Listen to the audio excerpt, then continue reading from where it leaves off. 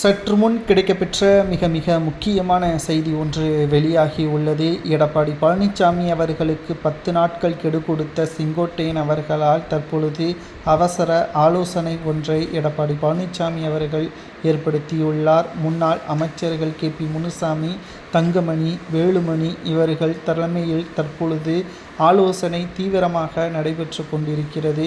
செங்கோட்டையன் அவர்கள் திடீரென்று செய்தியாளர்களை சந்தித்து எடப்பாடி பழனிசாமி அவர்கள் அதிமுகவிற்கு எதிராகவே செயல்படுவதாகவும், ஒருங்கிணையாமல் அதிமுக தேர்தலை சந்தித்தால் தோல்வி என்பது அதிமுகவில் நிச்சயமாக வரும் என்பதையும் திட்டவட்டமாக எடப்பாடி பழனிசாமி அவர்கள் இதை ஒட்டுமொத்தமாக புறக்கணிக்கும் விதமாகவும், தன்னுடைய சுயநலத்திற்காக எடப்பாடி பழனிசாமி அவர்கள் செயல்படுவதாகவும் பல்வேறு குற்றச்சாட்டுகளையும் முன்வைத்துள்ளார்.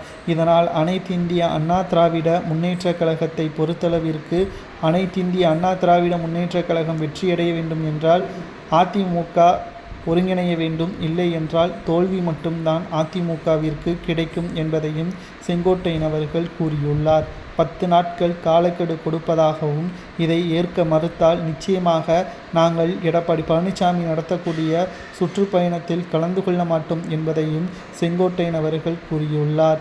2026 சட்டசபை தேர்தலில் அதிமுக வெற்றியடைய வேண்டுமா வேண்டாமா என்பதை எடப்பாடி பழனிசாமி அவர்கள் கூறுகின்ற பதில்தான் இருக்கிறது என்று செங்கோட்டையன் அவர்கள் கூறியுள்ளார்.